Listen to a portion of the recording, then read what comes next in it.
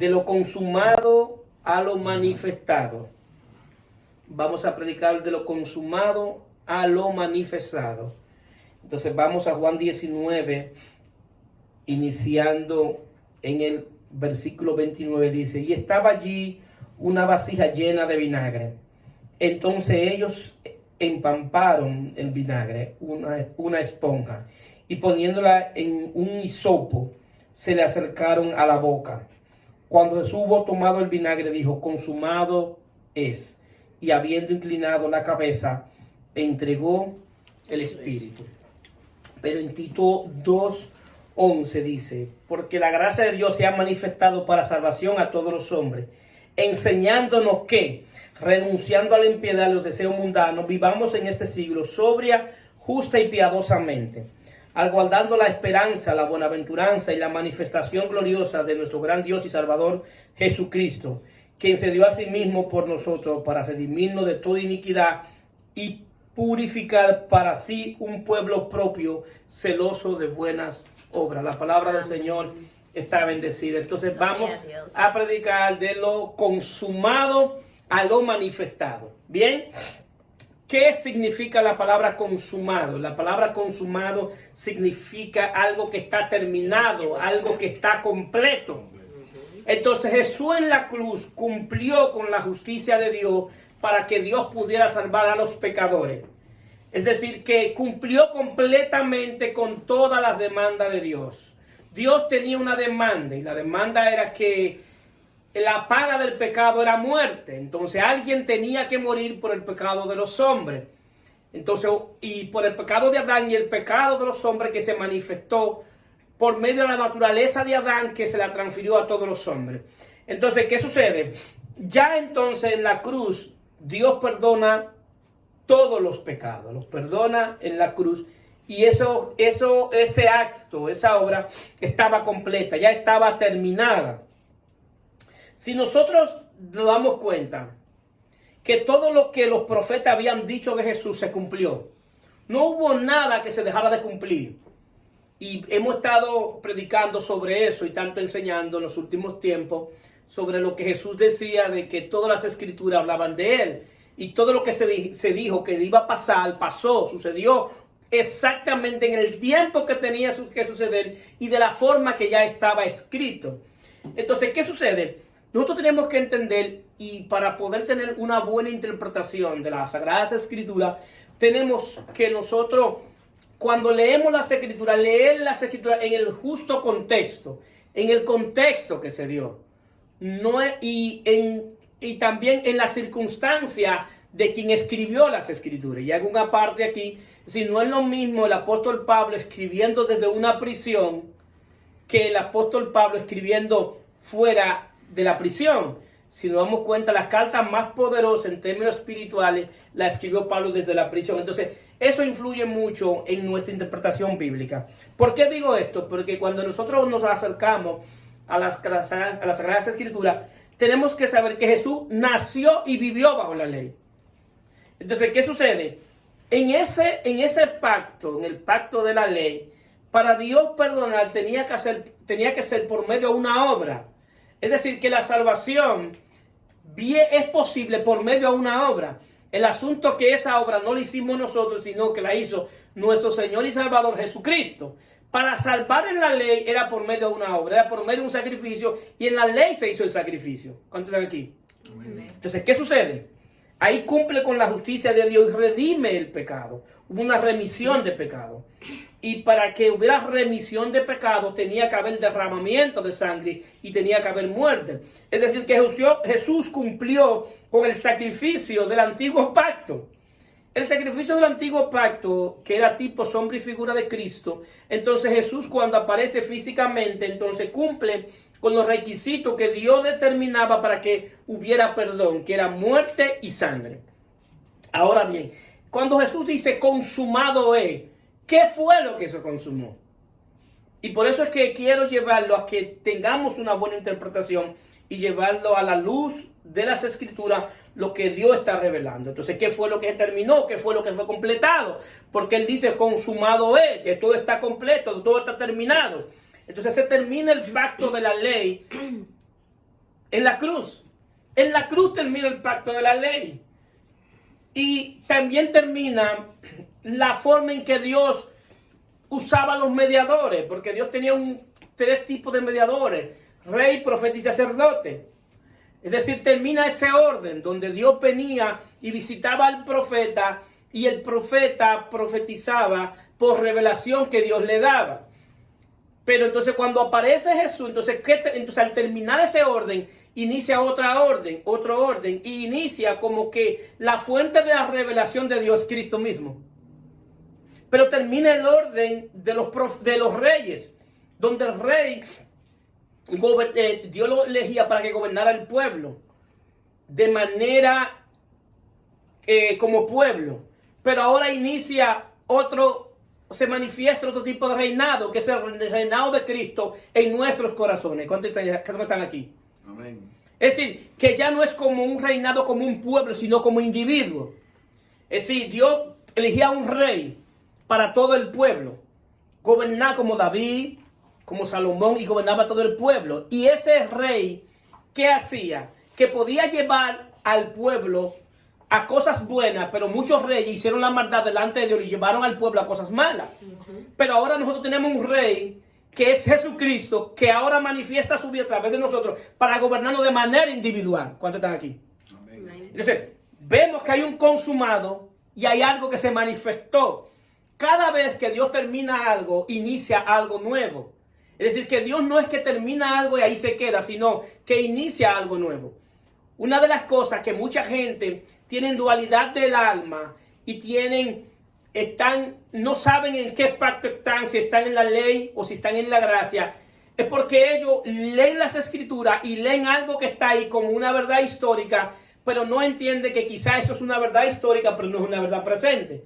Y todavía tienen, queriendo servirle a Dios, queriendo adorarle a Dios, pero están siendo guiados por el viejo pacto. Están siendo guiados por un Dios que se les reveló a ellos desde afuera, y no es como un Dios que hoy se revela desde adentro. ¿Cuántos dicen amén? Amén.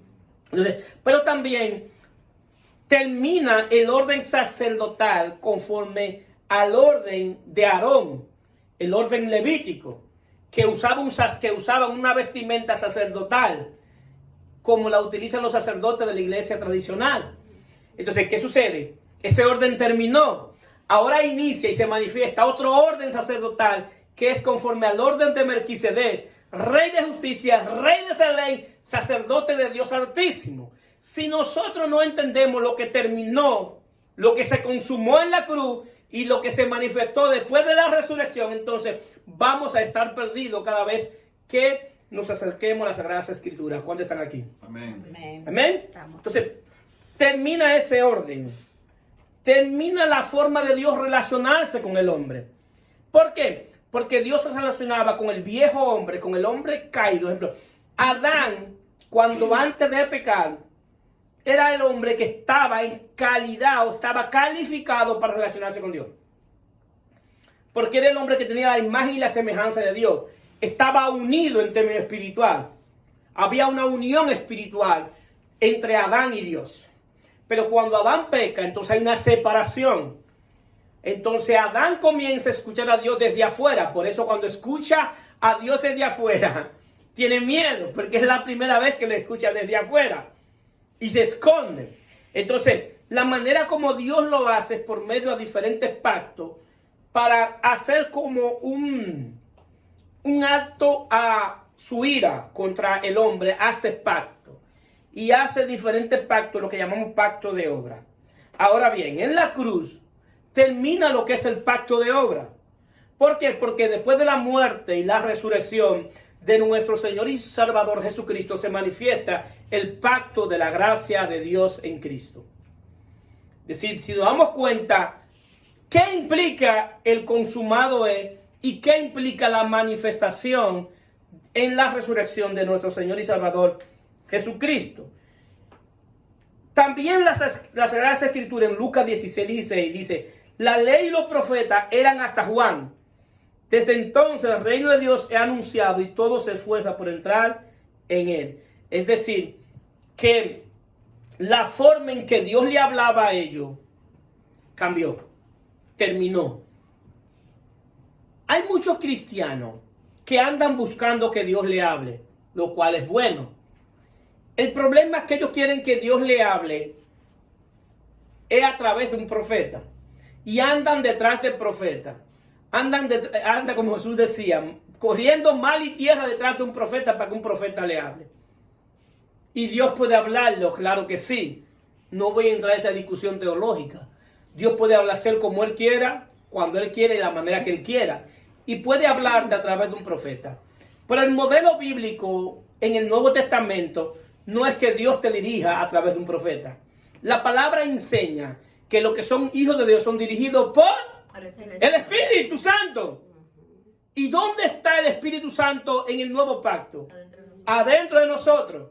Es decir, que en el nuevo pacto debe manifestarse la obra del Espíritu hablando a nuestra mente, a nuestro corazón y a nuestra alma. Dirigiéndonos. Entonces, ¿qué sucede? El caminar de la vida cristiana es un caminar que es por medio del Espíritu de Dios. No hay manera de que nosotros podamos vivir una vida cristiana separado del Espíritu de Dios. Eso no se puede lograr. Ahora bien, en el contexto que leemos, si nosotros leemos cuando en el Antiguo Testamento las personas que hablaron de salvación, como David, en el Salmo que estuvimos leyendo ahorita, pero también vemos a David hablando en el Salmo 25, hablando de salvación. Ahora bien, le dije ahorita que es importante cuando leemos entender el contexto que se está leyendo. Cuando David habló de salvación, ¿ustedes creen que David estaba hablando de salvación para ir al cielo? No. No.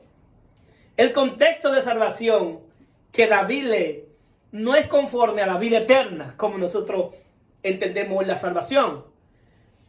Es en el contexto de que Dios lo iba a salvar de la persecución, de situaciones que estaba viviendo, lo iba a salvar de sus enemigos. Si nosotros leemos el Salmo 25, dice: a ti, oh Jehová, levantaré mi alma. Dios mío, en ti confío. No sea yo avergonzado. Él quiere que Dios lo salve de no ser avergonzado. No se alegren de mí mis enemigos. Él quiere que Dios lo salve de que sus enemigos se alegren de él. Ciertamente ninguno de cuantos esperan en ti serán confundidos. Serán avergonzados los que se rebelan sin causa. Pero aquí viene la parte buena, que David dice: muéstrame, oh Jehová, tu camino. David está hablando de que Dios lo guarde, pero al mismo tiempo le está diciendo: muéstrame tu camino. Porque David entienda que el Dios que él está sirviendo es más allá de que lo guarde de sus enemigos. Pero dice: enséñame tu senda, encamíname en tu verdad y enséñame, porque tú eres el Dios de mi salvación. David quiere que lo salve de sus malos caminos. David quiere que lo salve de andar en mentira. Él quiere que lo salven para andar en verdad. David quiere que lo salven de falsas enseñanzas. Él quiere que Dios lo enseñe, pero también que le enseñe el camino. Pero nosotros nos damos cuenta, entonces, que la salvación es anunciada por Jesucristo. Cuando Jesús dice: yo soy el camino, la verdad y la vida, está anunciando la salvación. Y es una salvación más íntima, es una salvación que viene desde adentro. ¿Por qué? Porque el concepto de salvación, bíblicamente hablando, es más que un viaje al cielo.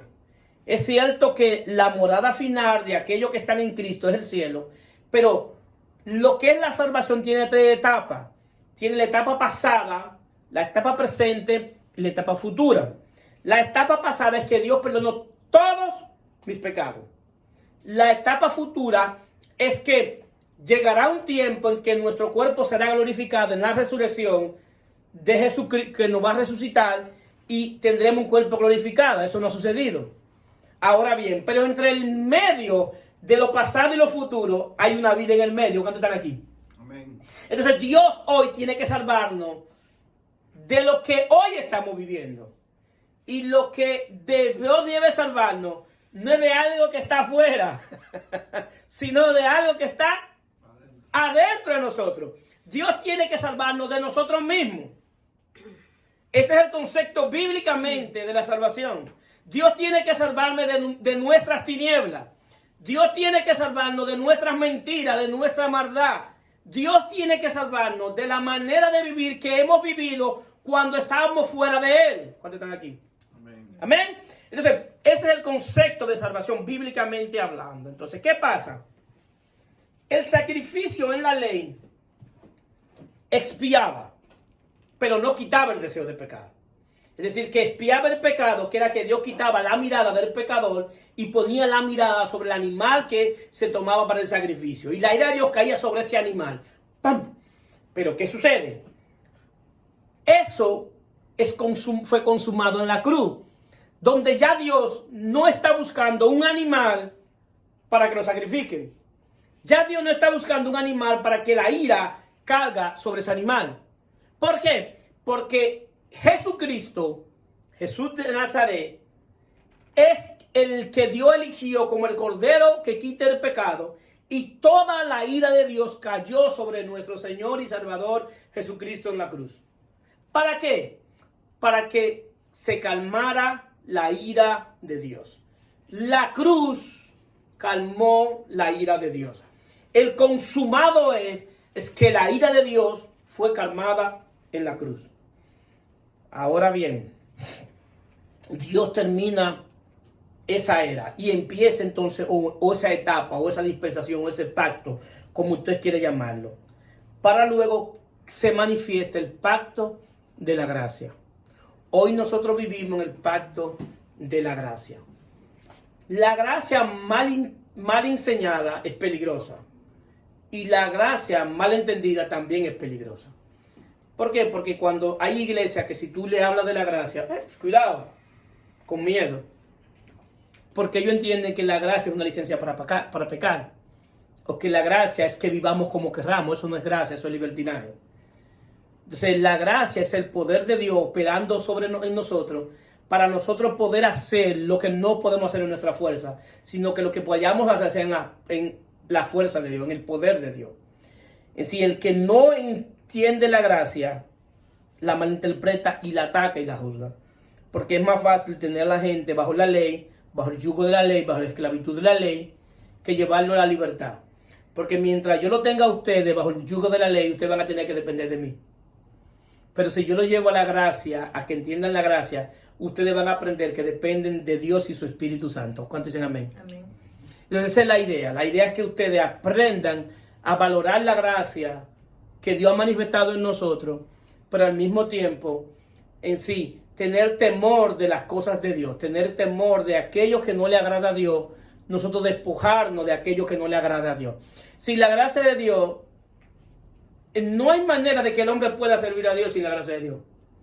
Miren cómo el diablo hace cegado el entendimiento a la gente. Sí, no hay manera de que alguien en su fuerza pueda servirle a Dios. Hay mucha gente, lo cual es bueno, tiene una intención de servirle a Dios. Y es como ellos dicen, aquí tratando de servirle a Dios. Aquí tratando a ver si puedo agradar a Dios. Y siempre están tratando de alcanzar algo. ¿Por qué? Porque la mentalidad legalista de la ley tiene algo. Que tú nunca vas a cumplir con las expectativas de Dios. Si no hay manera de que tú puedas servirle a Dios cumpliendo leyes externas. ¿Por qué? Porque si nosotros nos damos cuenta, 613 leyes, y si cumplían 612 y una fallaban, transgresor de todas. Entonces, ¿cómo tú puedes servirle a un Dios mediante las leyes? Entonces, por eso Cristo cumplió con la ley. Ahora, nuestra ley, ¿quién es? Cristo. Cambió nuestra historia. Entonces, ahora viene el texto donde Tito dice, porque la gracia de Dios se ha manifestado para salvación a todos los hombres. Miren, nosotros entendemos que la gracia, ahí entienden, hay escuelas teológicas de algunas que creen que la gracia de Dios solamente es para los elegidos, para un grupo que Dios eligió. Nosotros creemos en la gracia universal de Dios, que la gracia se manifestó para todos los hombres y que los hombres pueden alcanzar esa gracia solamente por medio de la fe. Es decir, nosotros no somos salvos por fe, somos salvos por gracia, por medio a la fe. Es decir, que quien nos salva es la gracia de Dios. Pero en medio es la fe. Si no es la fe que te salva, es la gracia. La fe es el medio. Y lo dice Efesios 2:8, porque por gracia son salvos, por medio de la fe. Si la fe, las gracias que te salvan, pero es por medio de la fe. Y dice, y esto no es de nosotros, pues don de Dios, no por obra para que nadie se gloríe. Si en el contexto de salvación, que se manifestó por medio de la gracia. ¿Pero por qué por medio de la gracia se manifiesta? Porque se manifiesta porque el acto más grandioso manifestado de la gracia de Dios es la aparición física de nuestro Señor y Salvador Jesucristo. La manifestación más visible de cómo era la gracia de Dios era viendo a Cristo. Porque si nos damos cuenta, cuando Cristo aparece a los judíos. Y cada vez que ellos querían algo de Dios, ellos tenían que hacer un sacrificio para recibir algo de Dios. Pero Jesús aparece haciéndole milagros sin ellos hacer un sacrificio. ¿Cuántos me están entendiendo? Jesús aparece trayéndole alimentación sin ellos hacer un sacrificio. Jesús aparece trayéndole la palabra sin ellos hacer un sacrificio. Jesús aparece haciendo todo lo que se anunció. Y esa es la manifestación más grande de lo que era la gracia. Quizás un judío pensando, enfermo, estaba esperando el día de la expiación para ir a llevar una ofrenda. Y quería aprovechar que él llevaba su ofrenda. Y llevando su ofrenda, ahí le pedía un milagro. Pero ¿por qué le pedía el milagro llevando la ofrenda? Porque él entendía que era merecedor del milagro por la ofrenda que él llevó. Entonces Jesús llega y comienza a hacer milagro por pura gracia. Entonces la manifestación más grande de la gracia de Dios es la aparición de nuestro Señor y Salvador Jesucristo. Pero la gracia de Dios no se queda ahí. Queridos hermanos, todo aquel que ha alcanzado por la gracia de Dios no se queda en el mismo lugar. La gracia de Dios te lleva a otro lugar, te promueve en términos espirituales. La gracia de Dios te llena de conocimiento, te trae luz, te trae la verdad, te enseña el camino. Por eso en el 12 Tito dice, 2:12, enseñándonos que, renunciando a la impiedad, a los deseos mundanos, vivamos en este siglo, sobria, justa y piadosamente. Es decir, que la gracia de Dios no solamente nos salva, sino que también nos enseña a vivir. Si nosotros vemos que a Jesús se le dio diferentes títulos, pero en la Biblia el título que más se le dio a Jesús, ¿cuál fue? El de maestro. El de maestro. El título más grande que se le da es de maestro. Rabí. Y los maestros de maestros iban donde él. Nicodemo, que era maestro de maestro, era un principal entre los judíos. Era quien enseñaba. Y este hombre va a donde Jesús y le dice, Rabí, maestro. Entonces el título más grande que él tiene de maestro. Ahora bien, nosotros sabemos, bíblicamente hablando y teológicamente hablando, ninguno de nosotros conocimos a Jesús según la carne. ¿O quién lo conoció aquí según la carne? Ninguno. No, Pablo dice, si conociste a Cristo según la carne, ¿ya no lo conocemos? Así. ¿Por qué? Porque ahora lo conocemos en espíritu. Ahora entonces, Él viene a enseñarle por medio a qué? A su espíritu. La verdad que me siento bien, porque veo que por medio de su espíritu, ahora Dios quiere enseñarnos por medio de su espíritu. Quiere enseñarnos, pero para enseñarnos, para que poder aprender, primero nos pide que renunciemos a la impiedad. Es decir, el punto de partida para tú poder servirle a Dios es renunciando a la impiedad. Si no hay manera que yo te enseñe y tú primero no renuncias a la impiedad y a los deseos mundanos. La impiedad es la falta de piedad. ¿Bien? Ahora bien, el que no tiene piedad no tiene fe, no tiene misericordia, no tiene justicia y le falta la devoción por las cosas de Dios. Nadie, absolutamente nadie, me puede hablar de salvación viviendo una vida de impiedad. Nadie me puede hablar de salvación viviendo una vida sin misericordia por los demás. Nadie me puede hablar de salvación si no se tiene fe. Pero el problema es que esa fe que se nos exige es una fe que es dada por Dios. Por eso Pablo dice que somos salvos por gracia, por medio de fe. Y esto no es de nosotros, pues, don de Dios. Es decir, que la gracia de Dios nos demanda fe como el medio de salvación. Pero esta gracia que se manifiesta es tan perfecta que la fe que nosotros necesitamos, Dios nos la regala. Es un regalo completo. Es igual que yo le diga a alguien, te voy a vender el carro, Olivo. Pero Olivo me dice, yo no tengo dinero. Yo te lo vendo por $1,000. Pero yo no tengo dinero. Y le digo, pues toma, te voy a regalar los $1,000. Y Olivo viene, me compra el carro con los $1,000 que yo le dije. ¿Se da cuenta lo maravilloso de la gracia de Dios? De lo completa que es la gracia de Dios. Entonces, ¿qué sucede? Lo que quiero llevarlo a que reformulemos el concepto de salvación. Y la iglesia en este siglo, más que nunca, tiene que reformular el concepto de salvación. ¿Por qué? Porque tenemos la iglesia llena de gente hablando de salvación y creyendo que son salvos y manifiestan una naturaleza impía. Y yo no le puedo otorgar la salvación a alguien o atribuirle que es salvo a alguien que vive como un impío. Bíblicamente hablando, nadie me lo puede demostrar. Que una gente que viva como un impío se le puede otorgar que tiene salvación. Por eso la salvación tiene que ver con renunciar a la vida de impiedad, a la vida de falta de misericordia. También habla aquí de que tenemos que renunciar a los deseos mundanos. Los deseos mundanos tienen que ver con nuestra naturaleza caída. Todos nosotros, el pecado se transfirió a todos nosotros por medio al pecado de Adán.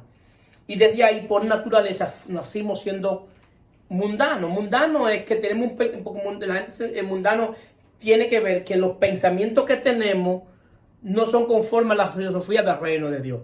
Nadie, absolutamente nadie, nace con un pensamiento conforme a la filosofía del reino de Dios. Solamente Juan y Bautista y Jesucristo. Después nadie puede nacer así. Entonces nosotros nacimos con un pensamiento contrario al reino de Dios. Pero entonces, ¿qué sucede?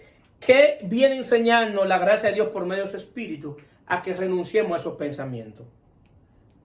Porque esos pensamientos son la manifestación de una naturaleza caída. Por eso en la salvación existe lo que se llama la transferencia espiritual. La transferencia espiritual tiene que ver que nosotros le transferimos a Jesucristo nuestros pecados en la cruz.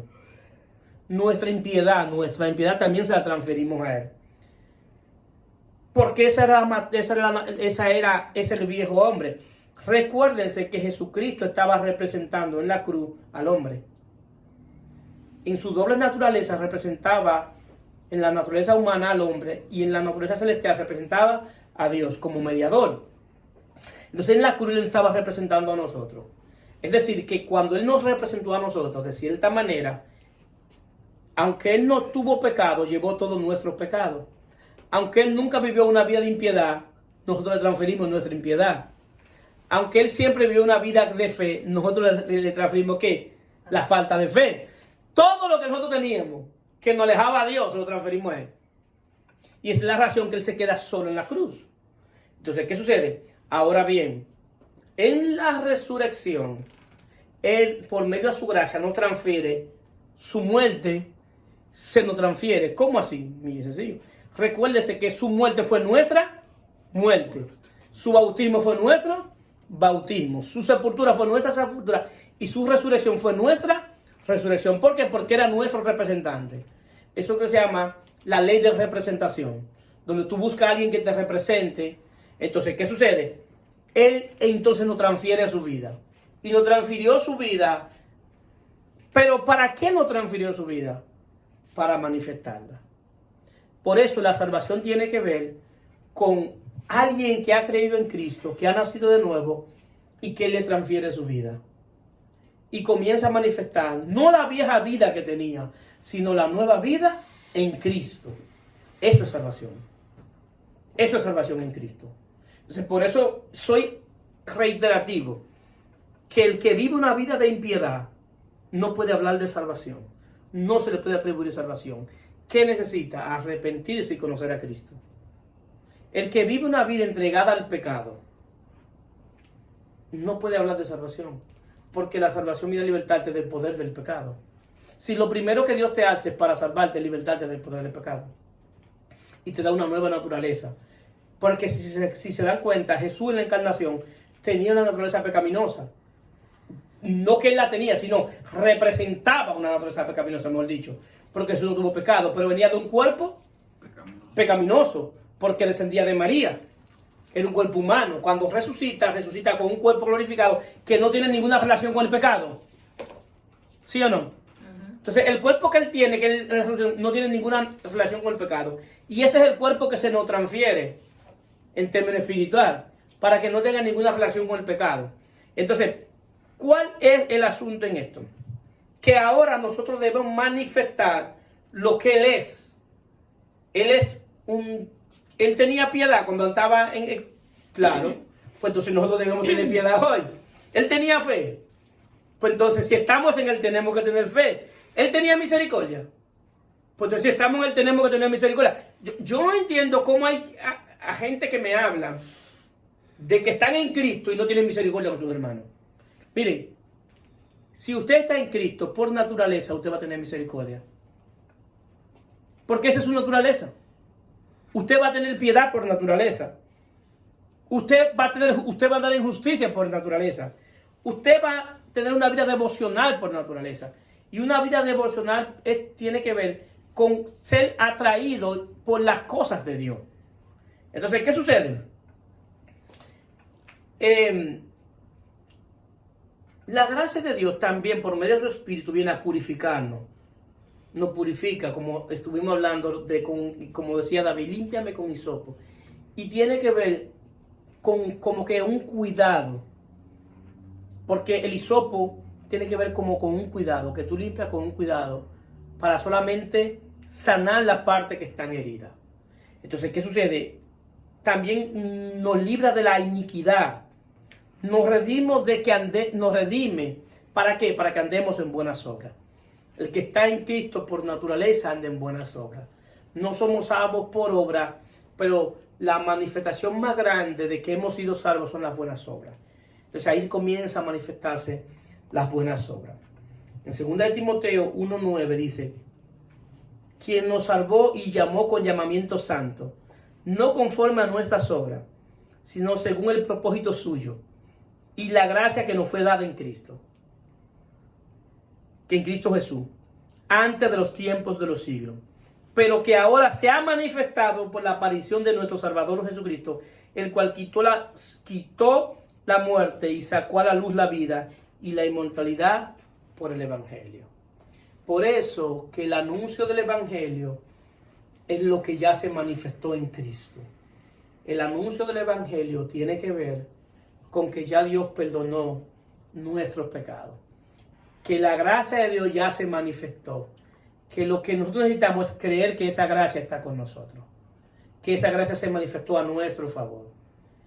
Y hay un punto donde viene un contraste entre nuestra vida actual y lo que dice las Escrituras.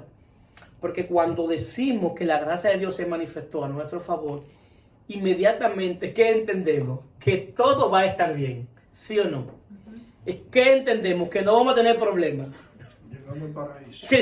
Llegamos al paraíso. Y ese es el contraste entre creer lo que dice las Escrituras y lo que yo estoy viviendo. Queridos hermanos, todo lo que nosotros estamos viviendo a nivel de procesos y situaciones, si estamos de pie, es porque la gracia de Dios está con nosotros.